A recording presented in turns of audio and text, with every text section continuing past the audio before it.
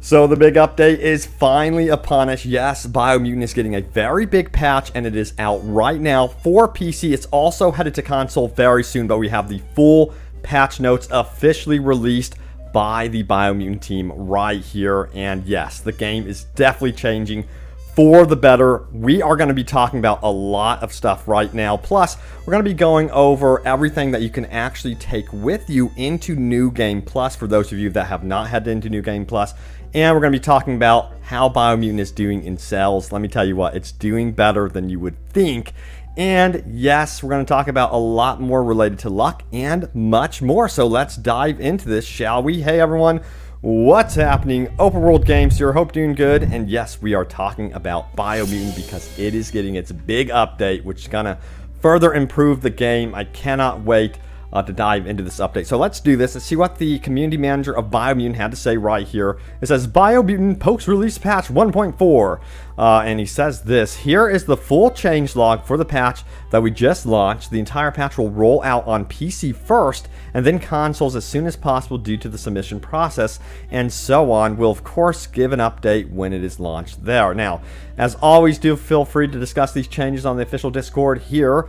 Let's talk about PC-specific changes. It says fixed crash with AMD-based CPUs with built-in graphics. Fixed crash when device info contains invalid display data on AMD-based CPUs. Now, they updated the tutorial area. This is interesting. It says, in order to improve the pacing of the earlier parts of the game, we've edited dialogues to be shorter. We've also added more enemies and loot to those areas to better represent the experience later in the game. They added more early enemy encounters, added missing loot and empty trenches outside the Jagni Fortress, added item drop chance for Bunker 101 crates, updated best before memory to decrease the distance between the no-nos and the Pensai tree, removed some parts of the out-of-date and best before dialogue to improve pacing, removed multiple dialogue fragments to shorten tutorial area length, removed some parts of the Goop and Gizmos dialogues to improve pacing, removed multiple camera presentations to improve pacing. I think this is great, you know, because personally I thought there were some pacing issues at the beginning of this game, and I felt like they needed to get into a little bit quicker, if that's just my opinion. But let's get into dialogue changes now. It says dialogue and narrator. Some of you guys love the dialogue and narrator, some of you don't like it. So it says reduce the amount of gibberish spoken before the narrator starts translating. Added dialogue settings toggles for gibberish and narrator, allowing players to select if they want to hear the narrator, the gibberish, or both when talking to NPCs. Fixed narration and gibberish playing silently and producing an awkward pause when each corresponding volume setting is set to 0 instead of skipping the sound entirely. Remove the text delay animation when either gibberish or narration is disabled. Let me know how many of you are going to just stick with the gibberish. I'm curious, because at least you would still also have the subtitles as well. So I'm definitely interested to see what you guys have to say about that one. I think it would be kind of funny just to hear the all right, let's talk about difficulty settings right now. So this is interesting. We have new difficulty setting right here. It says added extreme difficulty setting where enemy damage and attack rate is further increased. Fixed difficulty settings not being applied for already spawned enemies. So some fixes there. And also this one, how many of you are going to bump up the difficulty setting when you head into New Game Plus? Sound off. Mentioning New Game Plus, let's talk about it. It says opened up all class perks for New Game Plus games. When starting a New Game Plus game, the player will now be able to unlock perks from all classes. Holy cow, that's a big one right there. So you definitely want to head into New Game Plus for sure. That is really big. Wow. So that's probably, in my opinion, one of the biggest changes that the game is seeing is with New Game Plus. Now, also additional settings. They added motion blur slider to the settings. A fix so the camera setting auto adjust player also applies for combat. Turned off, the camera will no longer try to frame enemies while in combat. So this should make combat actually much smoother. They say fixed depth of field toggle not being applied in dialogues. I love this. I love that they are addressing some of the simpler things. It may seem simple, but for me, having the option of being able to shut off motion blur, shut off the annoying depth of field is huge. For me, it's really annoying personally, but yeah. Awesome to see they added that in. Now it says items and loot increase chances that items found have a level requirement closer to the player's actual level when found. Players will still be able to find items with higher level requirements, but player level is now taken into account. They removed common item loot drops from high-level loot crates as well, reduced the amount of healing items that the player will find from chests, and defeated enemies. Ooh, interesting. I wonder how many of you guys will take to that. Hopefully they didn't adjust it too much. Now they said increased base damage from melee bodies, handles, and add-ons by approximately 5%. Reduce base damage from ranged bodies, muzzles, and grips by approximately 5% as well. This was actually increased base damage from melee bodies. Okay. Fix resistance stats not being applied for crafted gear when adding add-ons. This is interesting. The fact that things are being, let's see. Boy, I hope they don't nerf stuff. It says reduced gear add-on resistance and critical chance bonuses ensure that quest reward diver's helmet will no longer drop as random loot as well. So it doesn't seem like too many nerfs. That's what I always get concerned about. Now it says remove slots from all protective suits as well. So they've definitely adjusted some things on that front. They also seem to have adjusted the difficulty overall by reducing the amount of healing items that players will be receiving from crates and that sort of thing. So, interesting. Hopefully it's not something they have to revert back and actually, harms the game. We'll find out, of course. Now it says sound, updated melee sound effects across the board, updated mount sound effects volumes, added sound effects for tribe war trebuchet, updated sounds when the player lands inside HQ after being launched from a catapult. Nice. What about combat? It says fix an issue with abnormally high damage output due to consumable top mod applying meta damage multiple times during equip and unequip. Interesting. Fix ability damage not being able to inflict critical hits. Reduce Deadeye Sharpshooter perk damage multiplier from 2 to 1.25 to ensure that it is comparable to other perks. So there is a bit of a nerf right there. Disabled end of combat slow motion camera for short combat scenarios. Adjusted valid angles for combat targets to reduce camera movement in combat. Disabled camera lookout when striking characters up in the air. Fixed a few cases where air striking would not complete its last attack. Adjust the speed of some enemy grabs. It's now a bit easier to dodge them in time. Noise. Fix kick attack from smaller enemies being too difficult to parry. Parry window is now more consistent and enemies can be staggered out of it. All tribe Sifus and Lupa Lupin in the final encounter now will react stronger to being parried, allowing players to parry them and counter attack. Nice. So as you can see, we're seeing some adjustments to combat that actually favor players right here. Most notably for me is the camera work, because there's times where the camera work can be absolutely all over the place. And I'm hopeful that this actually adjusts and fixes those wonky camera issues which make combat feel clunky. So this is a step in the right direction for sure.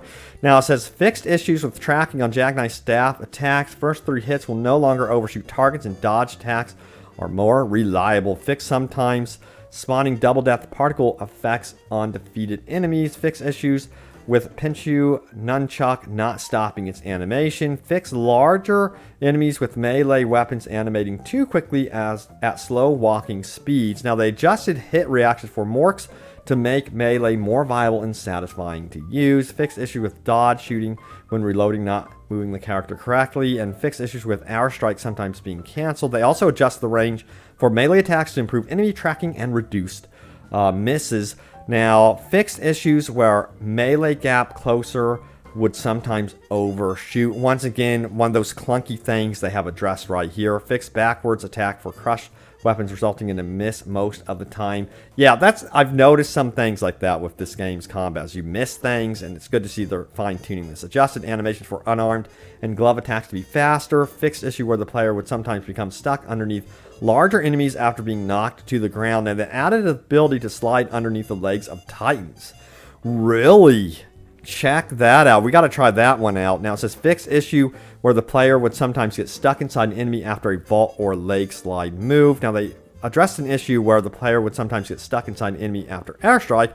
They also adjusted sound and rumble effect for successful parry to improve feedback. They fixed an issue with Airstrike would cause enemies to be launched very far, and improved aiming for Jumbo Puff when throwing rocks. The Jumbo Puff. Don't you love the names of the enemies in this game, by the way? I feel like it's so freaking, has so much personality, I guess I would say. Now, there are some additional fixes here. Wow, I did not expect this list to be so big. My God. So let's keep going. Let's talk about the world and quest.